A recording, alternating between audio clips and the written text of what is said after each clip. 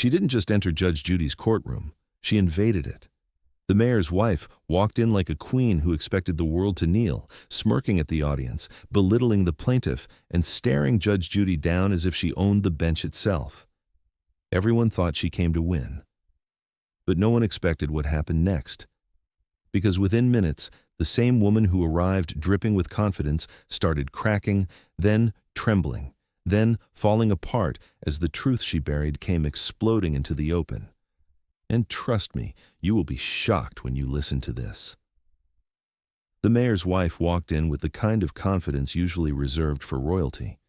Her heels struck the floor like a metronome of entitlement, each step sharp enough to slice the air. The camera of every cell phone in the gallery lifted at the same moment, drawn to her presence in the way crowds are drawn to fires, not because they admire them, but because they want to see what burns. She did not look at Judge Judy first. She looked at the audience. She looked at the plaintiff. She looked at the clerk. Only after scanning the room like it belonged to her did she finally settle her eyes on the judge and smirk. "Good morning," she said, but her tone did not greet, it commanded. Judge Judy did not respond right away. She simply watched, her expression unchanged, her posture calm, her silence deliberate. The kind of silence that makes arrogant people wonder if perhaps they misjudged the ground they were standing on. Across the courtroom, the plaintiff, a young woman in her 20s, clutched a thin folder to her chest. Her hands trembled slightly, the paper inside rustling like leaves caught in a quiet breeze. She looked nothing like the polished storm that had just walked in. Her eyes stayed low at first, then flicked toward Judy as if seeking some invisible permission to breathe. The mayor's wife noticed. She laughed, softly, under her breath, and lifted her chin. "This will not take long," she said, waving a hand as if shooing away inconvenience. "I'm only here because my husband insisted we follow procedure." Murmurs rolled through the gallery, a ripple of disbelief. Judge Judy raised one eyebrow. "You believe this is a waste of your time?" Judy asked, her voice smooth and measured. "It is," the woman replied, smiling wide enough to show she enjoyed saying it. "I mean, look at this case."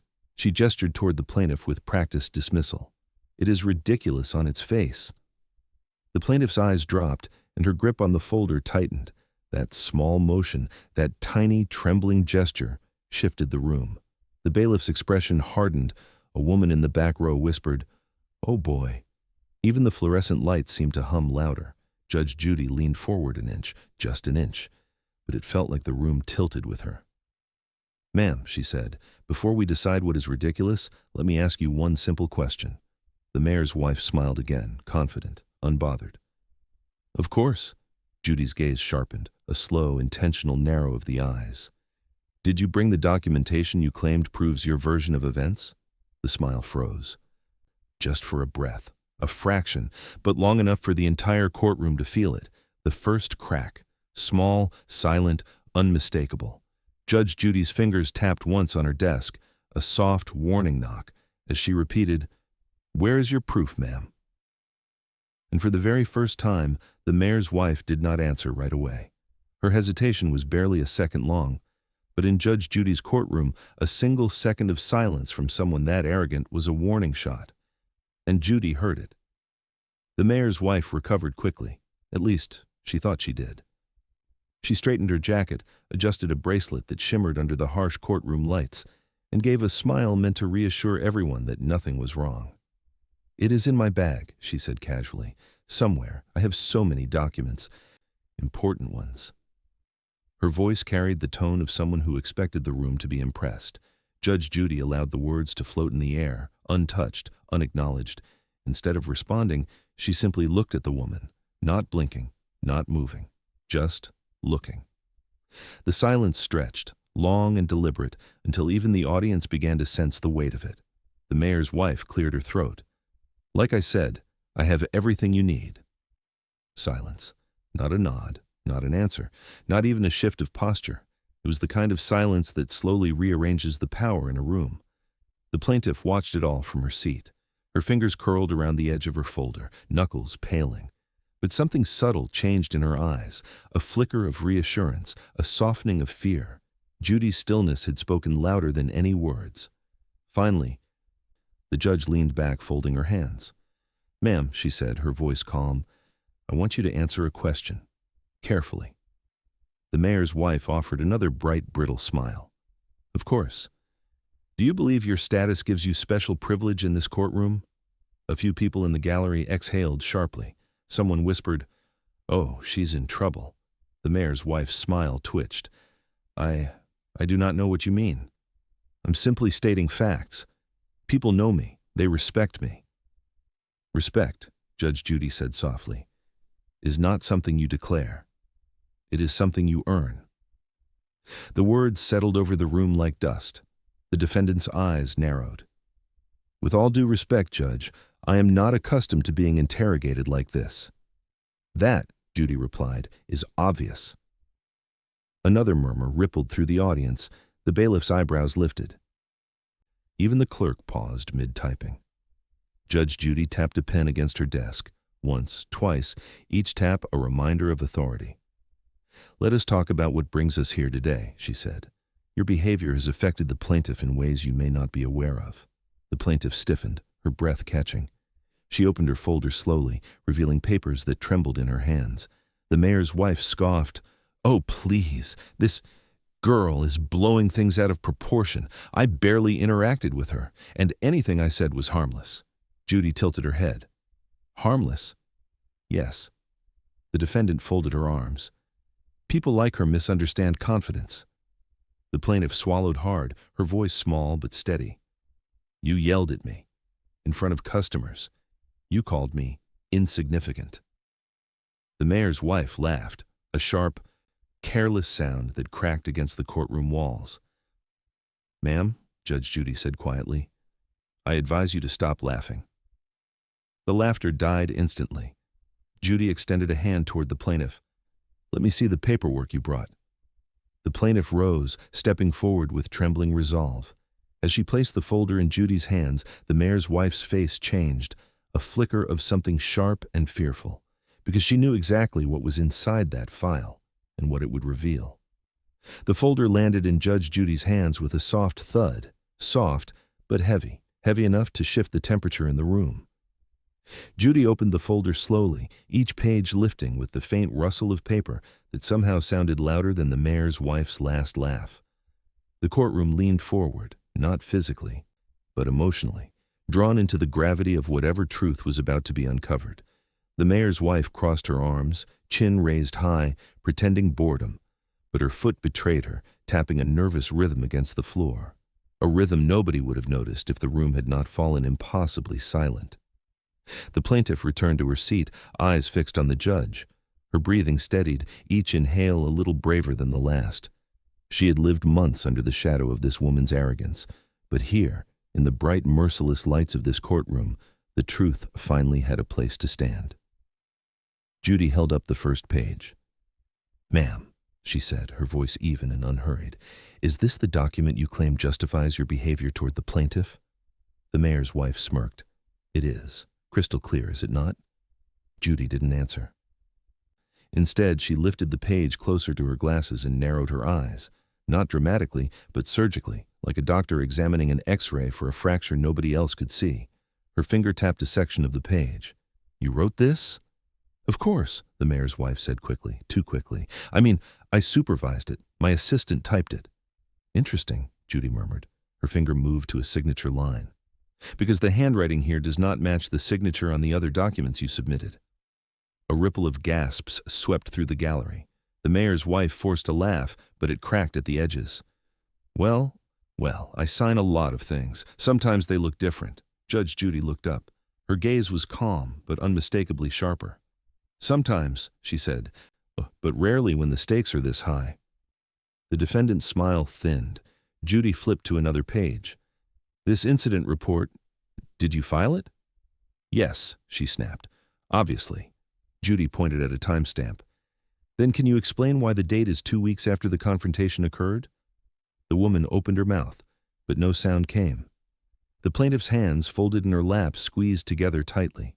She wasn't smiling, but the tension in her shoulders softened as the truth began to breathe on its own. Judy continued.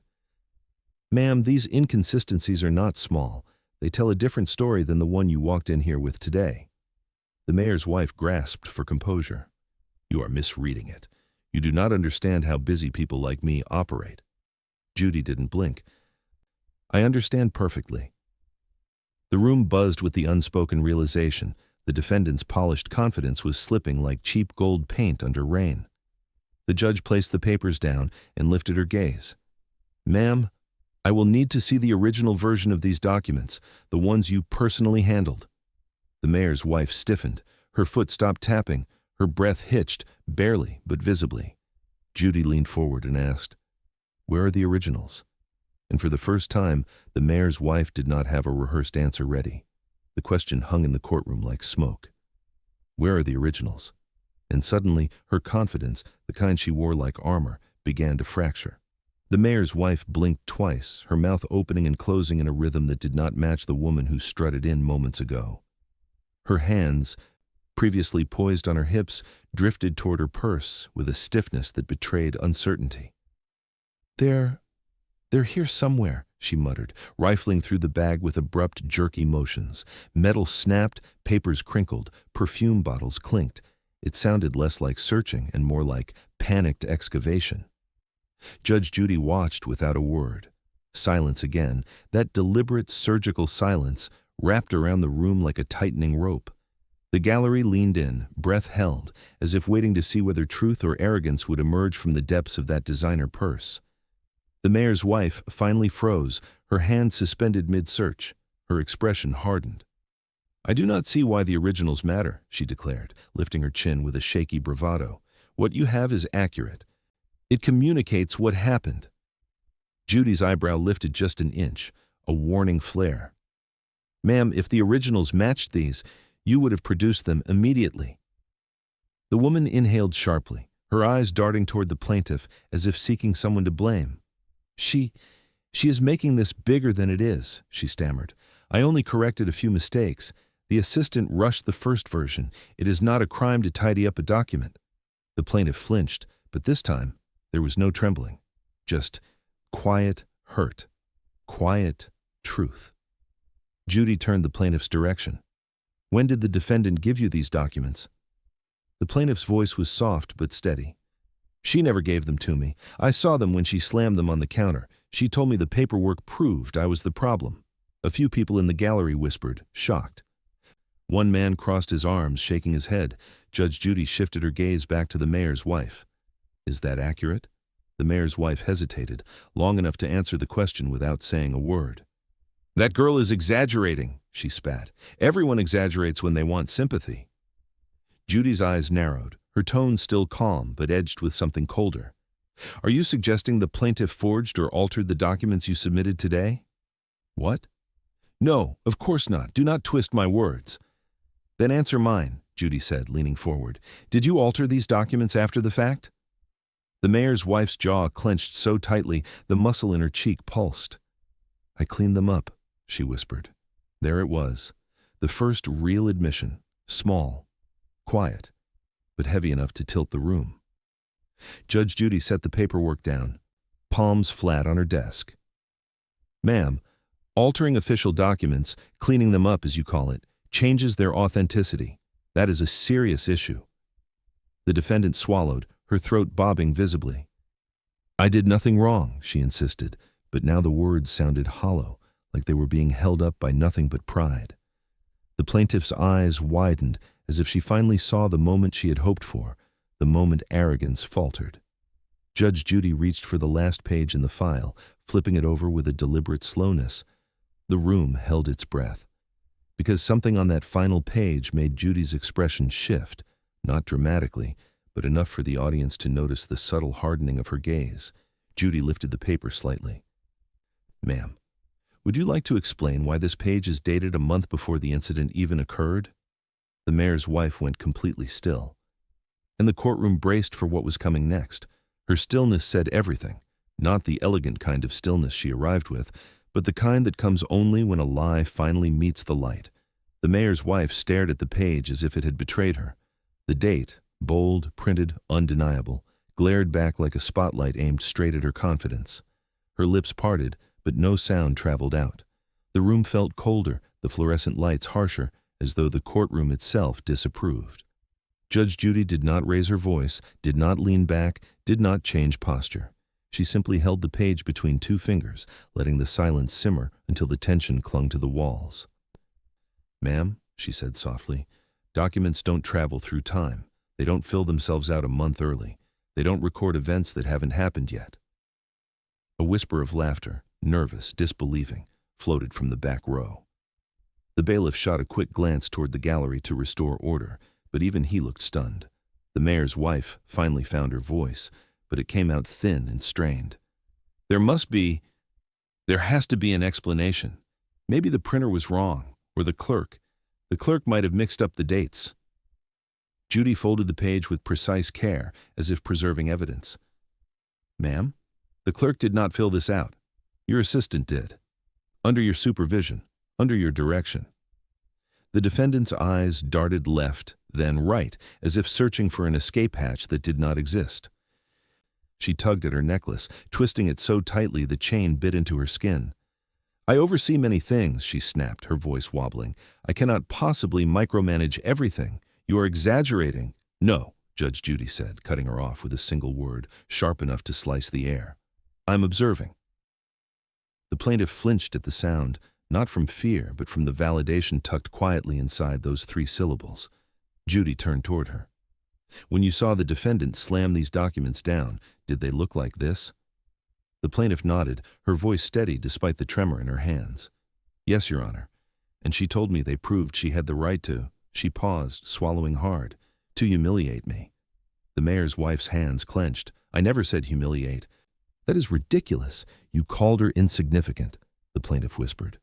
The words drifted into the room like a confession neither of them had intended to release. Even the cameras seemed to quiet, as if embarrassed to witness the unraveling so closely. Judge Judy kept her gaze on the defendant.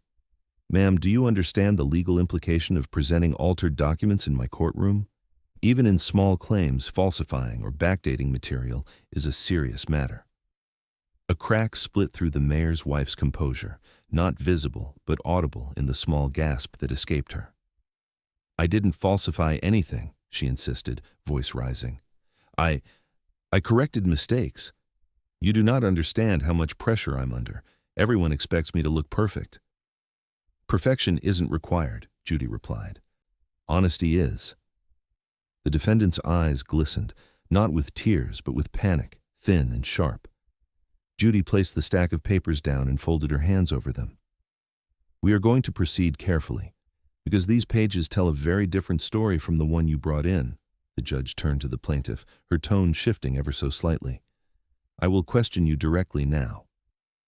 The mayor's wife tensed, because the truth was about to come out, piece by piece, and she could no longer control who spoke it. The mayor's wife stiffened as Judge Judy turned toward the plaintiff. Control, the one thing she clung to, was slipping through her fingers, and everyone in the room could feel it happening in real time. The shift in the courtroom was subtle but unmistakable. Moments ago, the mayor's wife had occupied every inch of the space with her presence. Now she seemed smaller, not physically but emotionally, as Judge Judy invited the plaintiff to speak. "Tell me," Judy said, her voice steady, "in your own words, what happened." The plaintiff swallowed hard. Her fingers brushed the edge of her folder as if anchoring herself to courage she wasn't sure she owned. Then she lifted her chin, not in defiance but in quiet resolve. "She yelled at me," the plaintiff began, "in front of the entire store. I tried to explain that the item she wanted was on hold for another customer, but she said," her voice thinned for a moment, "she said people like me shouldn't talk unless spoken to." A ripple of shock ran through the gallery. Even the bailiff's eyebrows rose just slightly. The mayor's wife let out a dramatic scoff. "Oh, please, that never happened. She must have dreamed it." Judge Judy didn't turn to her, not yet. Instead, she kept her eyes on the plaintiff. "What else?" The plaintiff hesitated. Then she exhaled. "She said my job didn't matter," the young woman continued, "that I was replaceable, that the store only kept people like me so customers could feel superior." The room fell silent, the kind of silence that feels like a held breath. Judge Judy pressed her lips together. When she finally shifted her gaze back to the mayor's wife, Her tone cooled several degrees. "Ma'am," Judy said, "did you say any of those statements?" The defendant laughed again, but the sound was brittle, breaking mid-note. "Of course not. She is exaggerating because she wants money. People always do." "That's enough," Judy replied, her voice flat and cutting.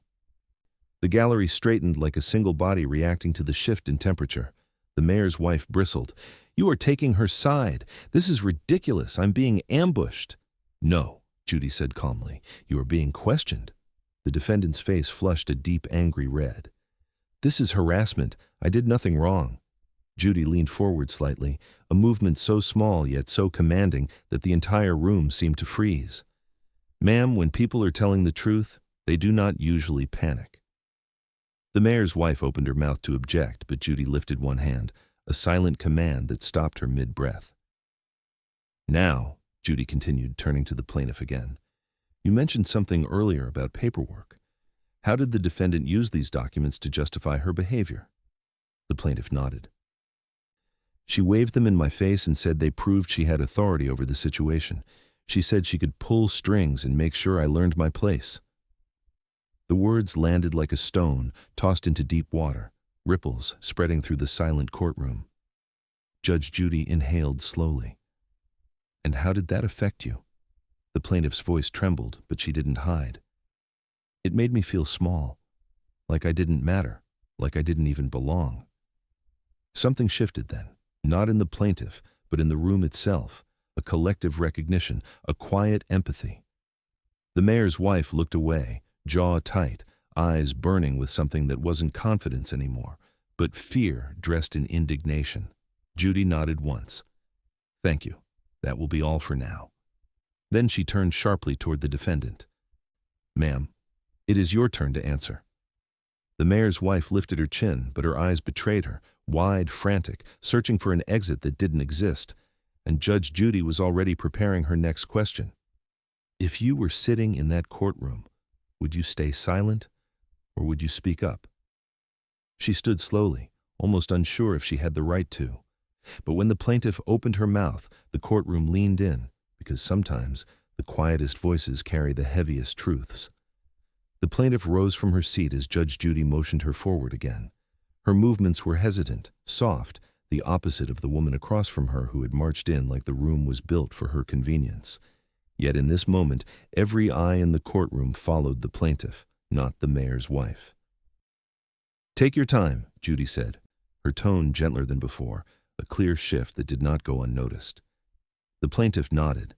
Then she breathed in, and something about the inhale seemed steadier than the ones before it. "I have something else," she said quietly.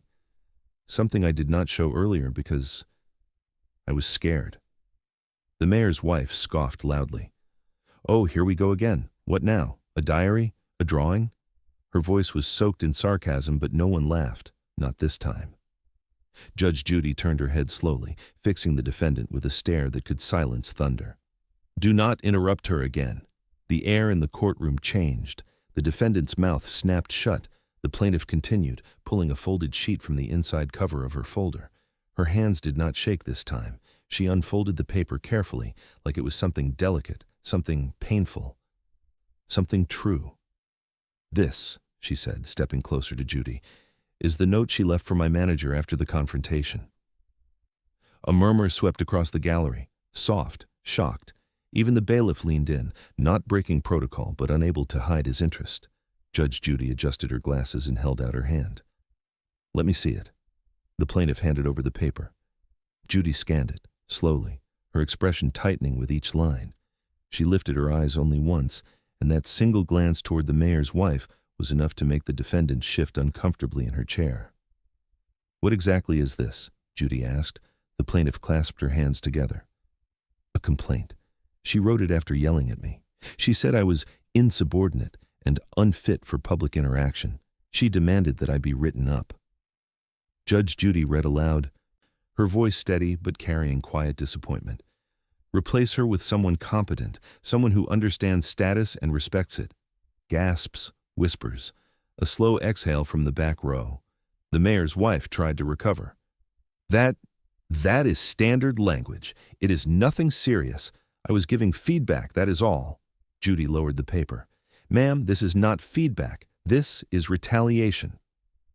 The plaintiff's eyes glistened, but she stood straighter now, the weight in her chest lifting as her truth finally stepped into the light. "She almost got me fired," the plaintiff said. "My manager believed her over me because, well, she's who she is." The defendant lifted her chin, clinging to old arrogance like it could still save her. "People like me hold influence. That is not my fault."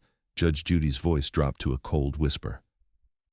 "People like you abuse influence."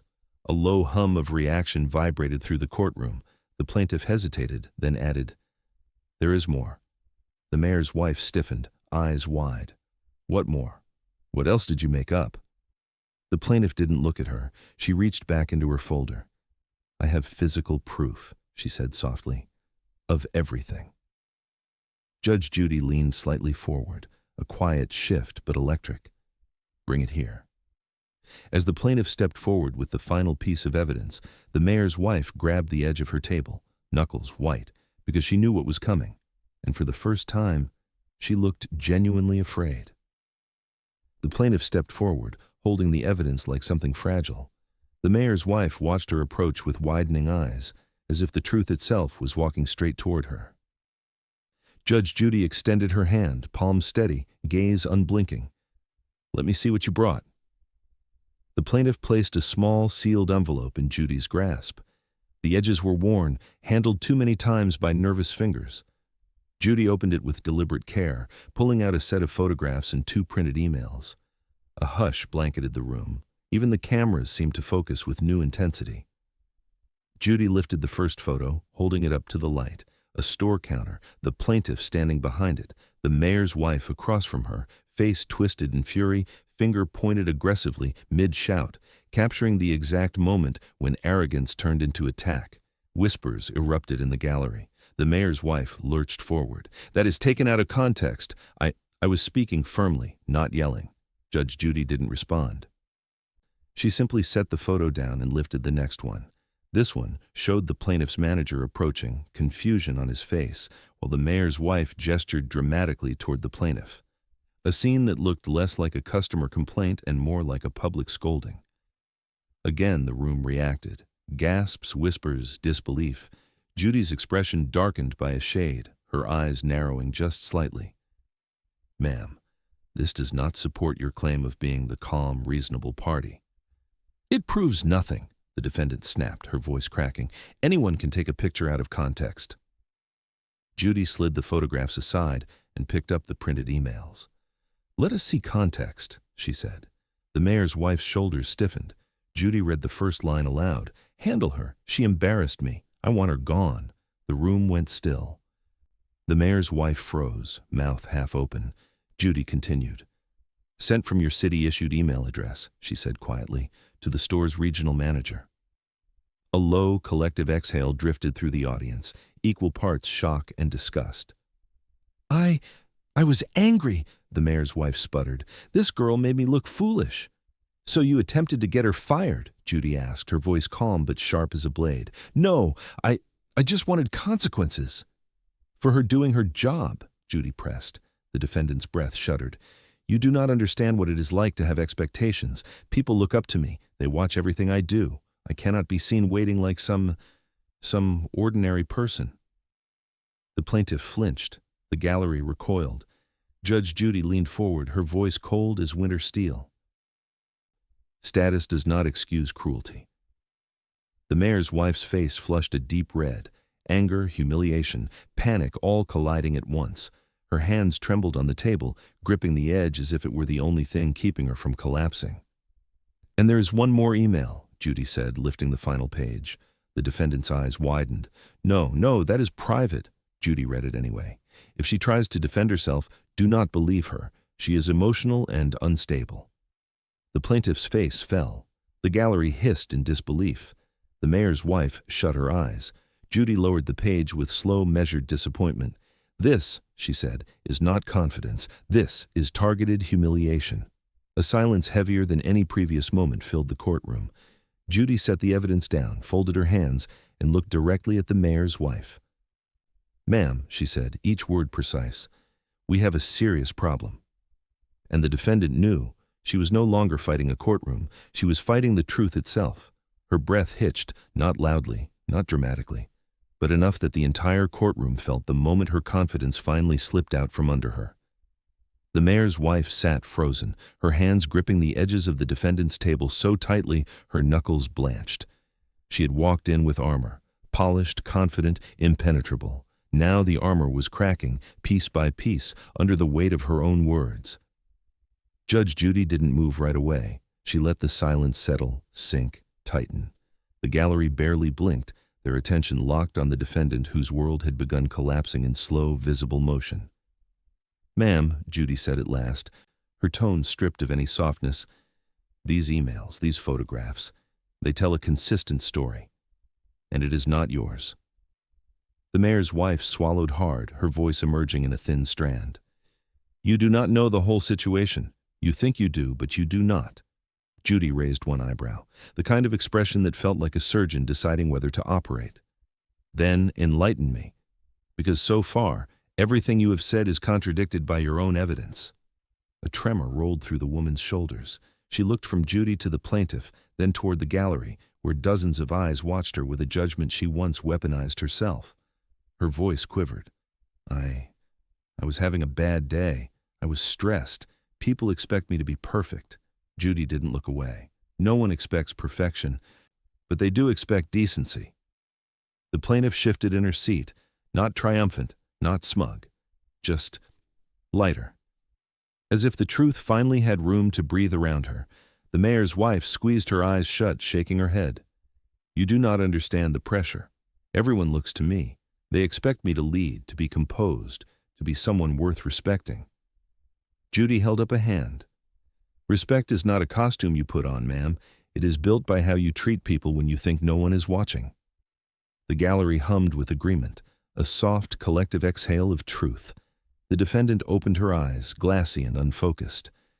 "I did not mean to hurt her. I could not let anyone think I was wrong."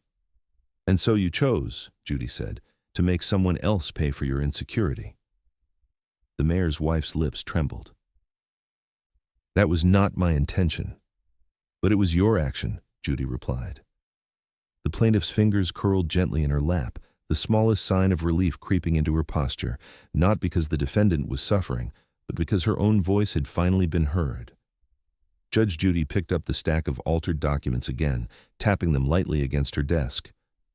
"Walk me through this, ma'am, page by page. Explain the dates, explain the tone, explain why every inconsistency conveniently favors you." The mayor's wife stared at the papers as though they were burning. I cannot explain everything." "You mean," Judy said, "you will not." A tear gathered at the corner of the defendant's eye. She blinked it away with a frustrated swipe, her composure crumbling like brittle glass. Judy leaned forward. "Tell me the truth, and start with the first page." The mayor's wife inhaled, shaky, uneven, and reached for the papers with trembling fingers. But before she spoke, Judy asked one quiet, devastating question. "Did you alter these documents because the real ones made you look bad?" And the mayor's wife froze, because everyone in the room already knew the answer. "Do you believe remorse should ever lessen accountability? Or does justice require truth no matter how late it arrives?" The question struck her harder than any accusation. Her fingers hovered above the papers, trembling. And then, just like a brittle wall meeting too much pressure, she snapped. The mayor's wife jerked her hand back from the documents as if they burned her. Her breathing turned sharp, uneven. The confidence she'd relied on for years had dissolved, and in the vacuum left behind, something raw and frantic surged to the surface. "This is not fair," she blurted, voice cracking. "You are twisting everything. You are all against me." Judge Judy didn't flinch. She didn't soften. She simply folded her hands, her calm presence a stark contrast to the unraveling woman before her. "No one is against you," Judy replied evenly. "We are simply looking for the truth." The defendant's laugh came out broken, almost panicked. "Truth? You do not want truth. You want a villain, and—" She jabbed a trembling finger toward the plaintiff. "She wants a payout." The plaintiff recoiled, but her eyes did not drop this time. She held her ground. Judy's tone shifted colder. "Careful." But the mayor's wife was past careful. She is lying, the defendant hissed. She is manipulating you all. She probably staged those photographs. People like her always play the victim because it is easy. A ripple of anger moved through the gallery. Someone whispered, "Wow." Another shook his head. Judy lifted a single hand and the room fell silent. "Ma'am," she said, "you are responsible for your actions, not hers." But the defendant wasn't listening. Her words were coming too quickly now, stumbling over each other. "You do not understand what it is like," she cried. "Every day people expect me to smile, to be perfect, to handle everything for my husband, for the city, for everyone. And then she pointed again, wild and reckless. "She embarrassed me." The plaintiff's voice came quiet but piercing. "I only told you the item was on hold." "That is not the point," the mayor's wife shouted. "I cannot look incompetent in public. You humiliated me." And then these documents. Her hand slapped the stack hard, the sound cracking through the room. "I only changed them so people would take me seriously." The admission hung in the air, unmistakable and devastating. Judge Judy leaned forward, eyes sharp. "So you altered documents intentionally?" The defendant's face drained of color. I did not mean, you just wanted to protect your image," Judy finished for her, "even at the expense of someone else's livelihood." The plaintiff's eyes glistened, but she didn't look away. The mayor's wife tried again, reaching for any fragment of control left. "It was my assistant. She is incompetent. She must have—" "Stop," Judy said, voice slicing through the air. "Blaming your assistant will not save you." The defendant's mouth closed abruptly. A flicker of realization passed over her face, brief, painful, undeniable. Her voice came out smaller, almost childlike. "I just wanted it to go away." "But it did not," Judy replied. "It escalated because you escalated it." The mayor's wife clenched the table, breaths coming in jagged pulls. "And now," Judy said quietly, "the consequences are here." Judy lifted the final altered page. "Explain this one," she commanded, and the mayor's wife stared at it as if seeing it for the first time, because she knew she could not lie her way out anymore. She opened her mouth to explain the final page, but instead of words, what came out first was a single, trembling breath that sounded nothing like the woman who walked in earlier. Judge Judy waited, not impatiently, not harshly, but with the kind of steady expectation that left no room for performance. The final altered page lay between them like a mirror, and the mayor's wife could see herself in it, the version she tried to hide. "Go ahead," Judy said quietly. "Explain." The defendant stared at the page. The ink seemed to blur in her vision, not because it smeared, but because her eyes were burning. Her hands dropped to her sides, fingers trembling. The gallery leaned forward, sensing the moment had shifted from legal exposure to something far more human. She started, then swallowed. "I needed it to look right." Judy's eyes narrowed slightly, but she didn't interrupt. The mayor's wife pressed a shaking palm to her forehead. "You do not understand. You think I changed those documents to hurt her. But it wasn't about her." The plaintiff stiffened, confusion flickering across her face. "It was about you," Judy said. Not a question, an observation. The defendant's breath hitched. "Yes," she whispered. "About me. About what people think when they see my name." Her voice broke on the word name. The gallery went completely still. The mayor's wife continued, words spilling now, raw, unpolished, lacking the sharp edges she wielded earlier. "Everywhere I go," she said, "I am the mayor's wife, not a person, not someone allowed to make mistakes. I'm supposed to be poised, composed, unshakable, and if I falter, everyone talks." Her hand lifted, slicing the air in a frantic arc. One moment of embarrassment becomes a headline. One raised voice becomes a rumor. "I cannot breathe without someone judging me." The plaintiff's expression softened, just a fraction. Judy leaned back slightly, her gaze steady.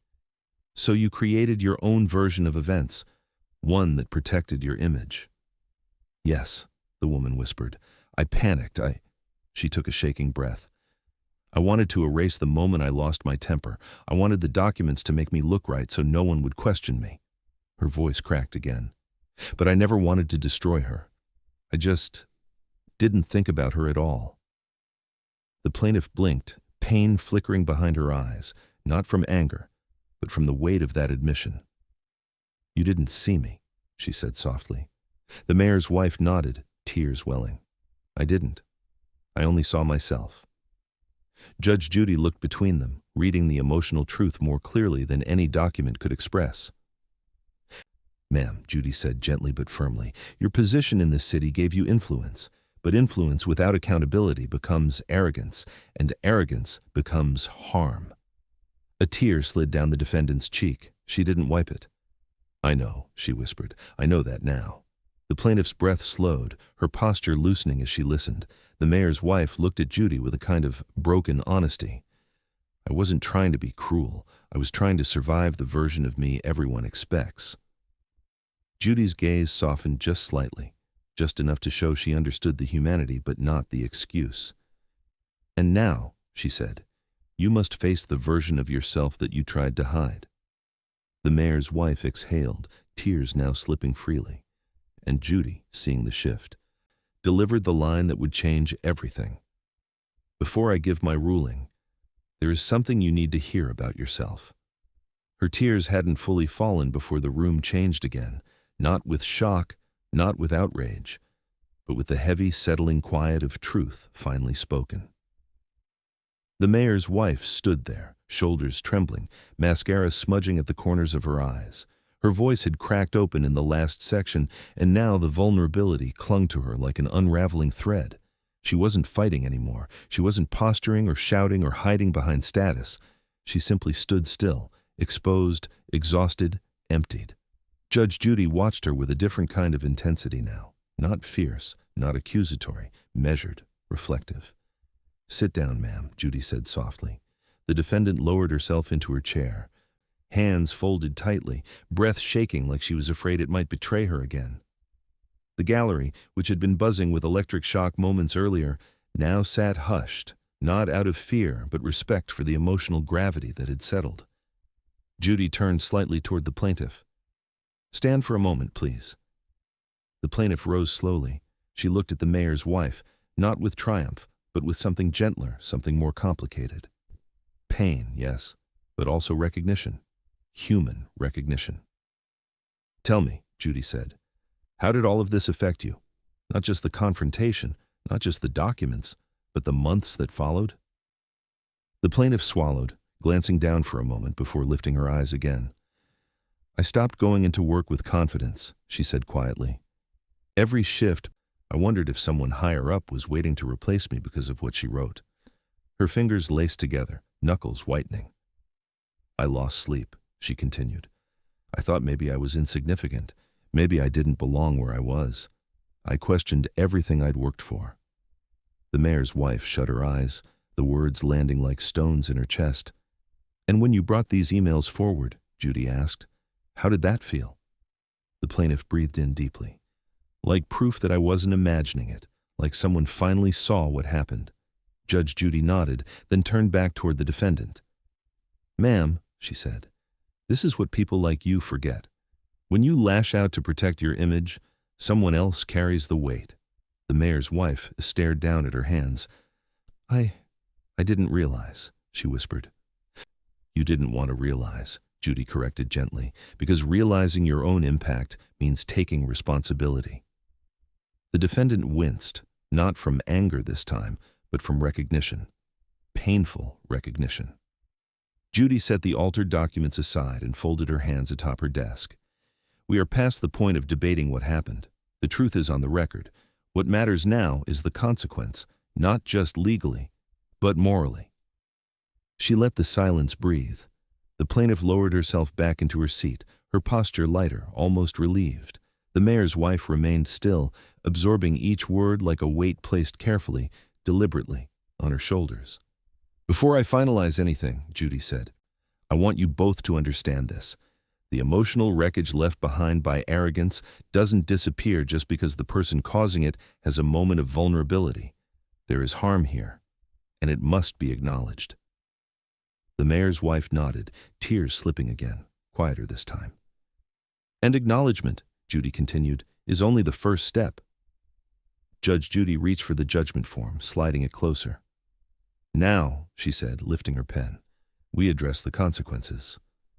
And the mayor's wife braced herself, because what came next would shape everything she had tried so hard to protect. The pen in Judge Judy's hand didn't move at first. It hovered, steady, deliberate, as if even the ink needed a moment to understand the gravity of what was about to be written. The mayor's wife watched that pen like it was a weapon aimed at the last piece of her dignity. Her breath was shallow, barely held together by the thin thread of composure she had left. Across the room, the plaintiff sat quietly, her shoulders no longer hunched, her eyes carrying something close to peace, not victory, but release. Judge Judy set the pen down for a moment, folding her hands as she looked at the defendant. "Ma'am," she said, "what you did goes beyond an argument, beyond anger, beyond status." Her voice was calm, but firm. "You used influence to intimidate someone who could not defend herself." The mayor's wife flinched. Judy continued, "And when that wasn't enough, you altered documents to make yourself look righteous. You tried to rewrite reality to protect your pride." The defendant closed her eyes, face tightening. Every word seemed to sink deeper into her chest. "This isn't just misconduct," Judy added. "This is a pattern of entitlement that harmed another person." The plaintiff looked down at her hands, as if the acknowledgement itself eased something lodged deep inside her. Judge Judy's voice softened, only slightly. "The law cannot change who you are, ma'am, but it can correct what you have done." She pulled the judgment form closer. "First," Judy said, "you will compensate the plaintiff for the emotional distress and workplace consequences she endured because of your actions." A faint tremor rippled through the mayor's wife. "How much?" she whispered, almost afraid of her own voice. "I have the number in mind," Judy answered, "but understand, this is not about money. This is about accountability." The defendant nodded, tears gathering again. Judy turned toward the plaintiff. "You will receive compensation not as revenge," she said, "but as recognition that what happened to you mattered. Your voice mattered." The plaintiff's eyes glistened, relief washing over her expression like a gentle tide. The mayor's wife swallowed hard. I understand," but Judy wasn't finished. "Second," she said, "I will be including a formal note regarding the altered documents." The defendant's eyes snapped open, panic flickering. "A note?" she asked, voice cracking. "To who?" Judy held her gaze. "To the appropriate oversight office." The mayor's wife's breath stuttered. "Why? Why do you need to do that?"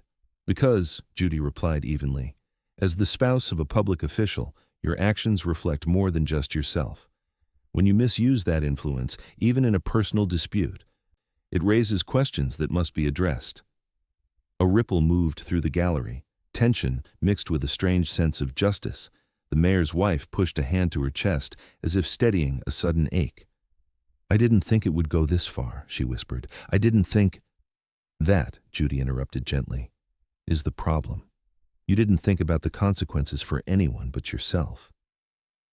The defendant shut her eyes.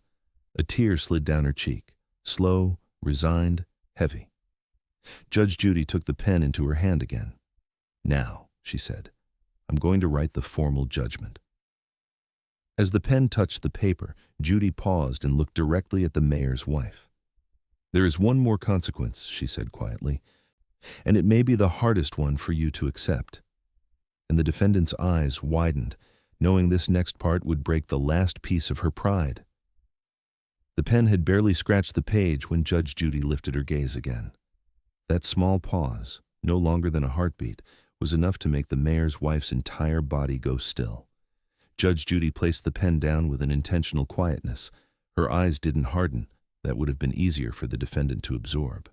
Instead, they softened. And softness, coming from Judy at a moment like this, felt like the weight of an anvil. "Ma'am," she said, "the final consequence isn't financial, it isn't procedural, it isn't even legal." The mayor's wife's lips parted as though bracing for a storm she'd never learned to stand in. "It's personal." The room tensed. As if the walls themselves leaned closer, Judy continued, her tone low, steady, and devastating in its clarity. "You have built your entire sense of identity around status, around being untouchable, around being seen." She folded her hands. "But if this courtroom has shown anything today, it's that you are not feared and you are not admired. You are simply human." The mayor's wife recoiled as if struck. Her breath faltered, chest tightening. "And that," Judy said, "is the consequence you have run from your entire life." Silence. Heavy, suffocating, absolute. The defendant didn't speak. She didn't cry. She didn't even blink. She just stared, stunned, like a mirror had been placed in front of her, and the reflection wasn't the woman she imagined, but one she had spent years avoiding. Judy leaned in slightly. "You demanded respect," she said softly, "but today the entire room watched as the truth revealed that you don't give it, not to others, not to the people you hurt, and not even to yourself." A tear slid down the mayor's wife's cheek. This one didn't fall out of fear or anger. It fell because she finally believed what everyone else had seen long before she did. "And so," Judy continued, "your last consequence is this: you will address the plaintiff directly. Not to save face, not to salvage your image, but because you owe another human being the one thing you have withheld from her since the moment you met." The mayor's wife blinked slowly, as if pulling herself back from some internal collapse. "And what is that?" she whispered. Judy didn't hesitate. "Humanity." The plaintiff's breath caught, not in triumph, but in something gentler. Something like release. The defendant brought a hand to her mouth, shoulders shaking. She turned toward the plaintiff, eyes wet, mascara streaked, armor shattered. Her voice cracked. "I don't know how to say it." "Start," Judy said, "by saying her name." The mayor's wife let out a shuddering exhale. "Emily," she whispered, the plaintiff's name spoken for the first time today, stripped of condescension, stripped of superiority, stripped of everything she once used to shield herself. Emily's eyes softened. "And now," Judy said, "tell her the truth." The mayor's wife covered her face, shaking, gathering what little courage she had left. "I was wrong," she said. "I hurt you. I made you feel small because I was terrified of feeling small myself." A stunned, reverent silence settled over the courtroom. Emily nodded, slowly, compassionately. The mayor's wife lowered her hands, face bare, voice trembling. "I'm sorry." 2 words, finally honest, finally human. Judge Judy let the moment linger before lifting her pen once more. "Now," she said quietly, "we can finalize the judgment." The courtroom braced itself because what came next would close the story and open the moral. Before the verdict lands, consider this: do people change because they learn, or because consequences finally force them to look inward? The apology still hung in the air, fragile, trembling, unfinished, when Judge Judy lifted her pen with the finality of a closing door. The courtroom felt different now, not lighter, not heavier, just honest, like the air itself had exhaled after holding attention too long. Judge Judy looked at the plaintiff first. "Emily," she said, using her name with purposeful respect, "you showed courage today, not by raising your voice, but by standing in your truth when someone tried to silence it." Emily lowered her head, emotion softening her features. "Thank you, Your Honor." Judy then turned to the mayor's wife. The woman's shoulders were slumped, her hands intertwined tightly on the table. There was no arrogance left, no desperate clinging to status, just a person facing herself for the first time. "Ma'am," Judy began, her tone firm but free of cruelty, "accountability is not humiliation. It is growth, if you let it be." The mayor's wife nodded, eyes rimmed red. "I understand." "I hope you do," Judy replied, "because today wasn't about punishing you for who you are. It was about addressing what you chose to do." She slid the judgment form forward. "For emotional distress, retaliation, and submission of altered documents to justify wrongdoing," Judy announced, "I'm awarding the plaintiff monetary compensation in the amount of—" The gallery held its breath. $5,000. Emily gasped softly. The mayor's wife closed her eyes, not in protest but in acceptance. "But," Judy added, "the financial amount is the smallest consequence here." The defendant looked up, confused and humbled. "The real consequence," Judy continued, "is the reflection you are going to carry with you after this, the knowledge that you misused your influence, that you hurt someone simply trying to do their job, and that the truth, despite every effort, found its way to daylight." The mayor's wife swallowed hard. I won't forget it, she whispered. I hope you don't, Judy replied. Because what defines you next is not this moment, but what you choose after it. Emily looked at her, eyes full of something that wasn't victory or spite, something closer to release. Judy softened her tone further. Emily, you showed grace in the face of someone who did not offer you the same. That matters, and I hope you never let anyone make you feel insignificant again. Emily nodded, a tear sliding quietly down her cheek. Judge Judy lifted her gavel. I am finalizing the judgment. The report regarding the altered documents will be filed, compensation will be processed, and this case, she tapped the gavel once, crisp and decisive, is concluded. But the moment didn't end there. The mayor's wife turned toward Emily with eyes that held both apology and humility. Thank you, she whispered, for hearing me, for letting me try. Emily offered a small nod. Everyone deserves a chance to learn, she said, even if it takes a while. Judy watched them, two women shaped by very different lives, connected now by truth, consequence, and a chance at something better. As the courtroom began to empty, Judy leaned back in her chair, a quiet reflection settling across her features. Moments like this, moments where arrogance stripped away to reveal humanity, were the reason she still sat on this bench after all these years. Because justice wasn't always about punishment. Sometimes it was about making people see themselves clearly for the first time.